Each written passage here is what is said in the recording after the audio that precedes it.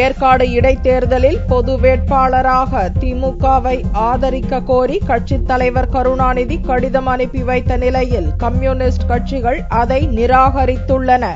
சேலம் மாவட்டம் ஏற்காடு சட்டசபை தொகுதி எம்எல்ஏ பெருமாள் மறைவை தொடர்ந்து வரும் டிசம்பர் 4ஆம் தேதி அங்கு இடைத்தேர்தல் நடக்கிறது. இந்த தேர்தலில் ஆளும் கட்சிக்கு எதிராக பொது வேட்பாளராக திமுக வேட்பாளரை ஆதரிக்க கோரி காங்கிரஸ், தேமுதிக, பாரதிய ஜனதா, மார்க்சிஸ்ட், இந்திய கம்யூனிஸ்ட், பாட்டாளி மக்கள் கட்சி மற்றும் விடுதலை சிறுத்தைகள் கட்சி உள்ளிட்ட அனைத்து கட்சிகளுக்கும் செவ்வாயன்று திமுக தலைவர் கருணாநிதி கடிதம் அனுப்பியிருந்தார். இந்நிலையில் புதனன்று சென்னையில் ஒரு நிகழ்ச்சியில் பங்கேற்ற இந்திய கம்யூனிஸ்ட் மாநில செயலாளர் தா பாண்டியன் திமுகவுக்கு ஆதரவு தரப்போவதில்லை என்று கூறினார். ஏற்காடு இடைத்தேர்தலில் ஆதரவு தரப்போரி திமுக தலைவர் கருணாநிதி அனைத்து கட்சி தலைவர்களுக்கும் கடிதம் அனுப்பியிருக்காரு.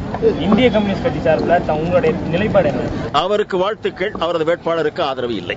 இதேபோல் சிதம்பரம் வந்திருந்த மார்க்சிஸ்ட் கம்யூனிஸ்ட் கட்சியின் மாநில செயலாளர் ராமகிருஷ்ணன் அங்கு செய்தியாளர்களை சந்தித்த போது மத்திய அரசின் அனைத்து மக்கள் விரோத போக்கு நடவடிக்கையிலும் திமுகவிற்கும் பங்குண்டு என்பதால் ஏற்காடு இடைத்தேர்தலில் திமுகவை ஆதரிக்கப் போவதில்லை என்று திட்டவட்டமாக தெரிவித்தார்.